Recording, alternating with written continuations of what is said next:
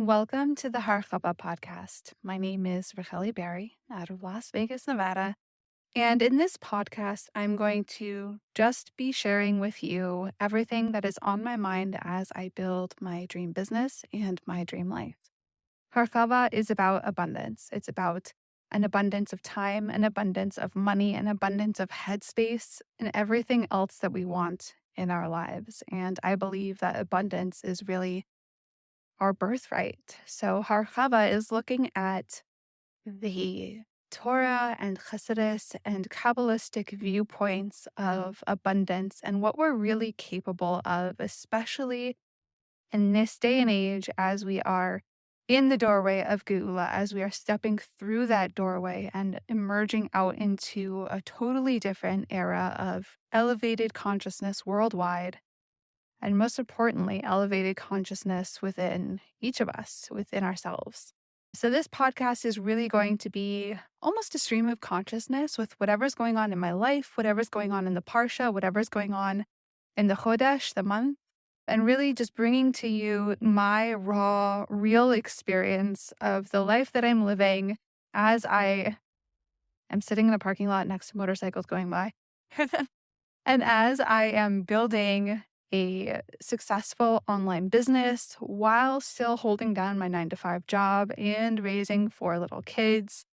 We homeschool. My husband is the primary homeschooler. He is my superhero. But I work full-time still and still have 4 kids that I want to be really present for. And so building this business on the side to take over my 9-to-5 eventually, not too far from now is the goal.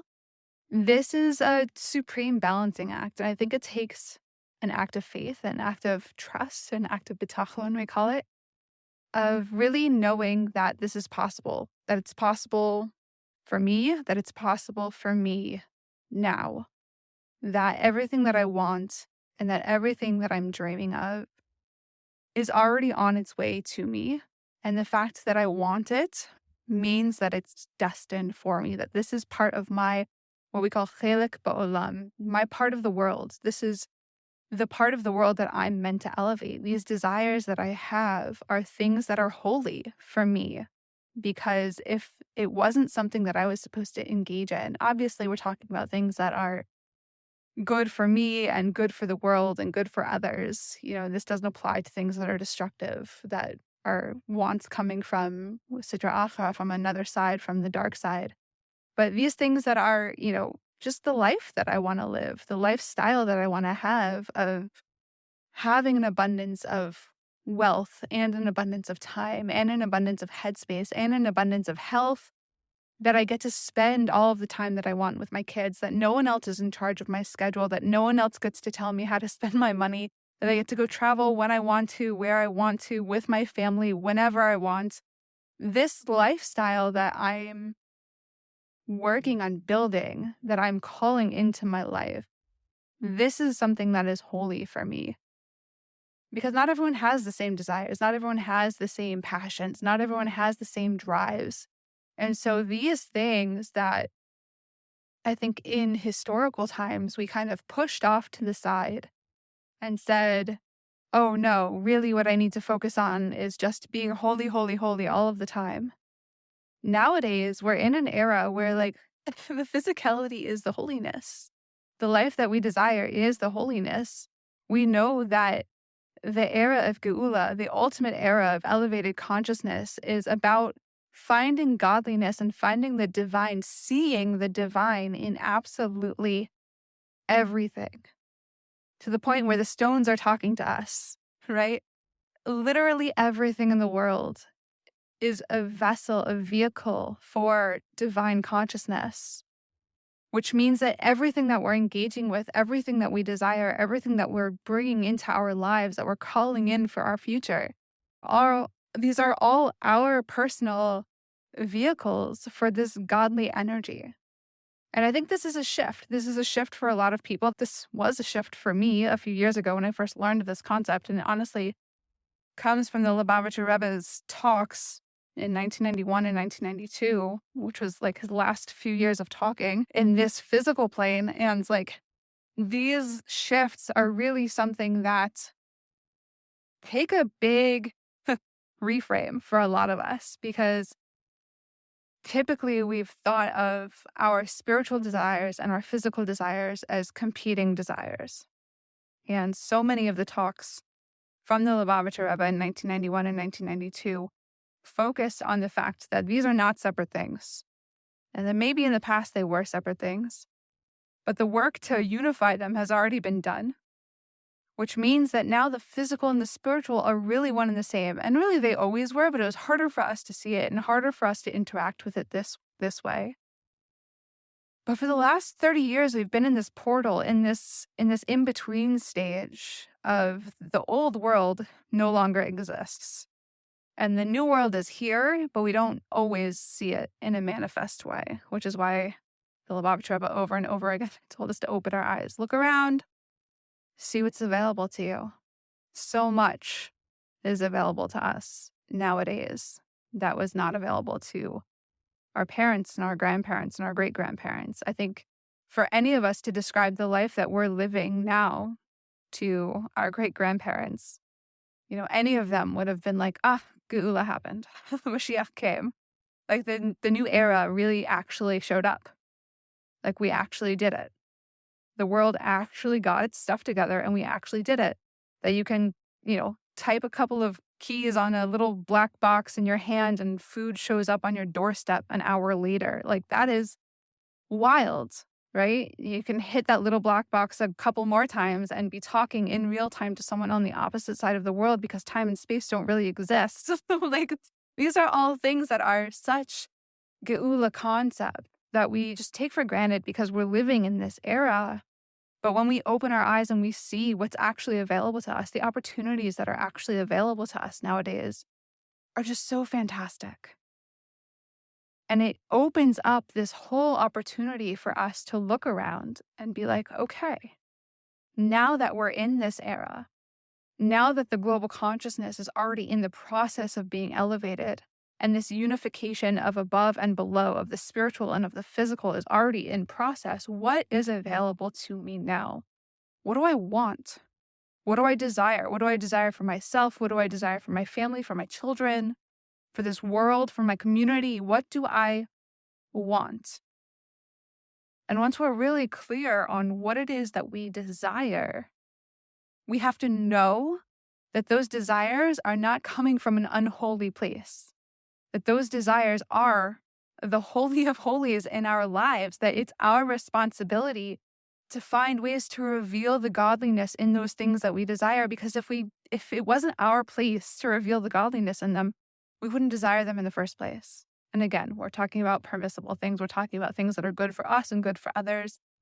But for me, for example, talking about a life of world schooling where I get to travel and be with my family, right? That's like a weird off the beaten path kind of desire that I have.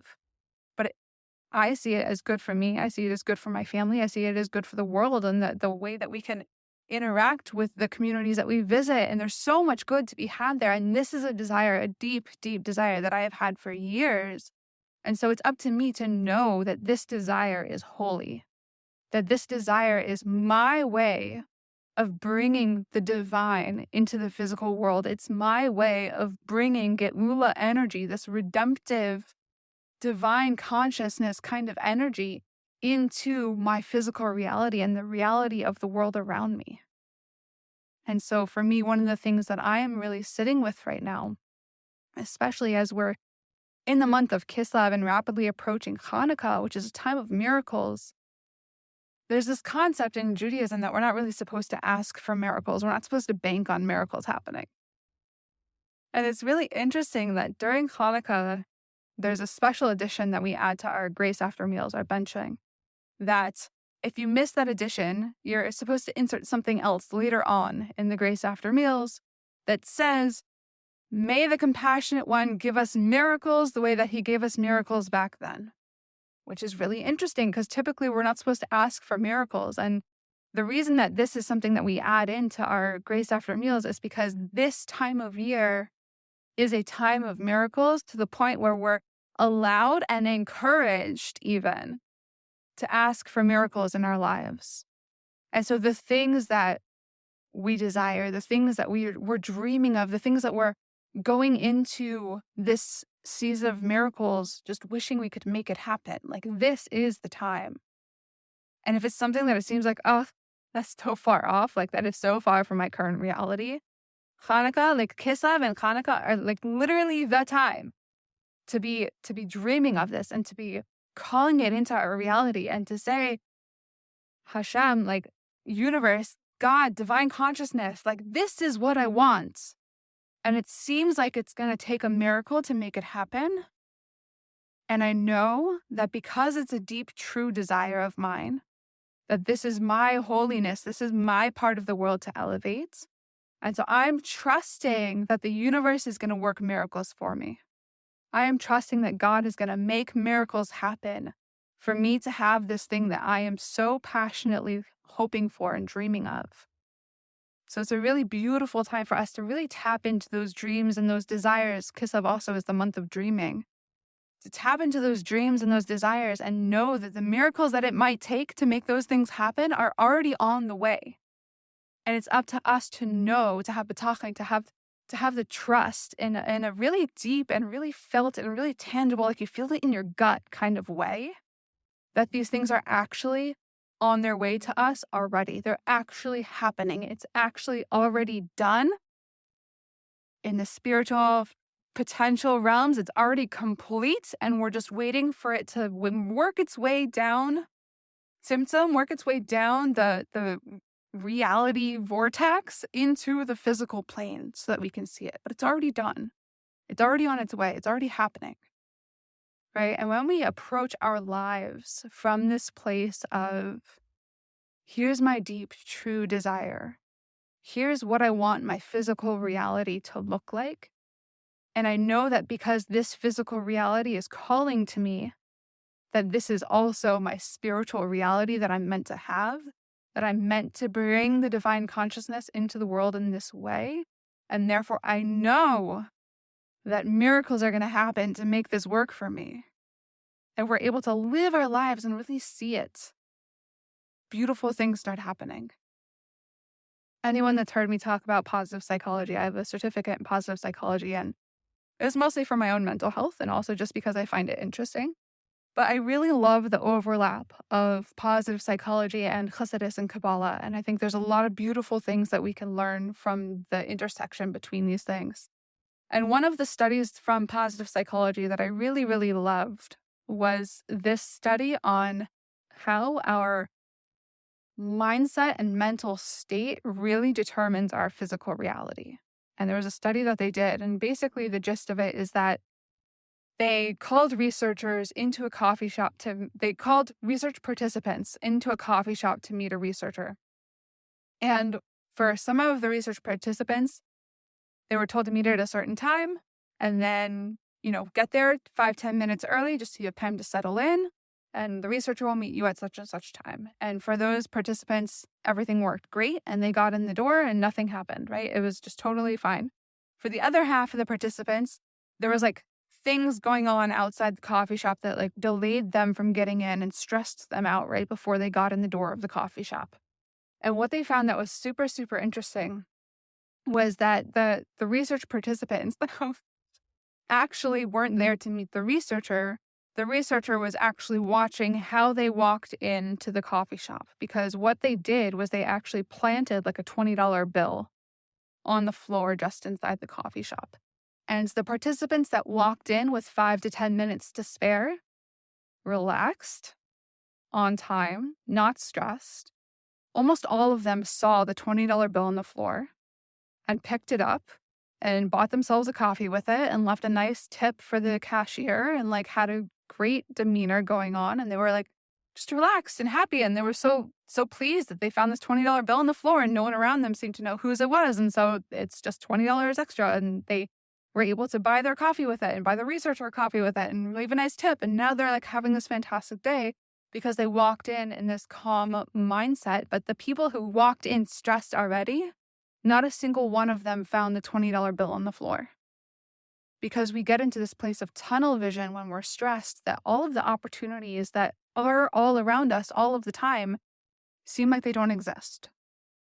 right? And so to go back to what we were talking about earlier, that when we know that it's already done, we know that our desires are already on the way, that this is our interaction with godly consciousness in the physical world, and that we're meant to bring these things together and see it expressed, that this is meant for us, that it's destined for us, that it is part of our chelik ba'olam.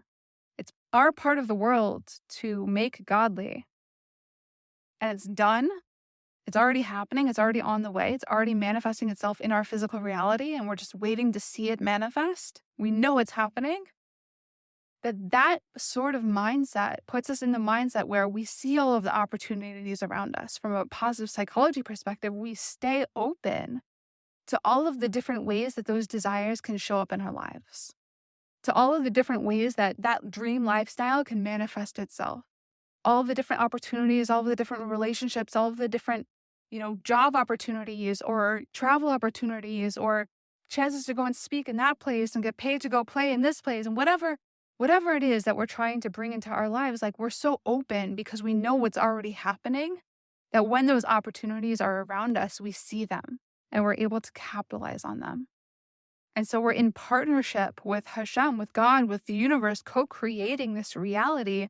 The reality and everything that is needed to make that reality happen is already there. And because our eyes are open, we're able to see it and we're able to jump on it and make it real. Whereas if we're in a state of doubt, we're in a state of stress, we're in a state of contraction, that tunnel vision, then even though all of the opportunities are there, we're not going to see them, right? It's this concept of like, you have to make a vessel for the blessing, that the universe is constantly pouring blessings into our cup. But if you don't make a vessel, they're just going to fall on the floor, right?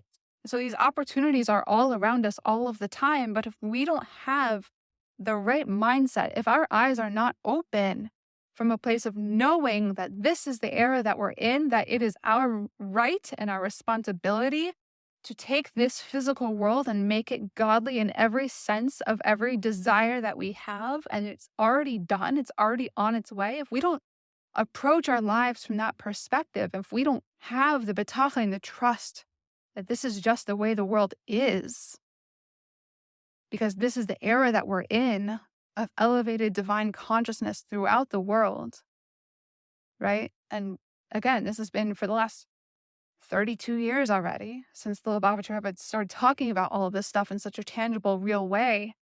If we don't have that trust, it's so much harder. All of those opportunities are there, but we don't see it in our reality, even though it's there, right? Our reality, our physical reality, is a reflection of who we are showing up as. How are we showing up in the world? Or showing up from a place of stress and anxiety and, oh my gosh, how are we going to make ends meet? How are we going to cover tuition? How are we going to cover food this month? How are we going to pay for this Yom Tov? How are we going to pay for the car? Right? Is that how we're showing up in the world? And it's just this place of anxiety and stress and contraction and tunnel vision? Or are we showing up with a breath? Or showing up with the trust, with our eyes wide open to all of the blessings that are already around us, that show us that we're already entering into this era of Geula. It's already started. And it's just up to us to open our eyes and see the opportunities that Hashem has placed all around us. See the opportunities that the universe is constantly putting in our path to help us achieve everything that we're desiring in our lives. And be like, oh, there it is. It's already done. So this week, may we all live with this concept of knowing, having that bitachon, having that trust, looking for those opportunities because we know they're already on the way, and knowing that miracles can happen and that miracles do happen, and that in this month of Kislev, leading up to Hanukkah, miracles are happening. They're happening. And we can ask for them. We can pray for them. We can even get a little chutzpah and demand them. Time for my miracle. Let's go. I want this. You want me to want this, or I wouldn't want this. Hashem, let's go. Let's just get it done. May it be a week of open and revealed miracles for every single one of us.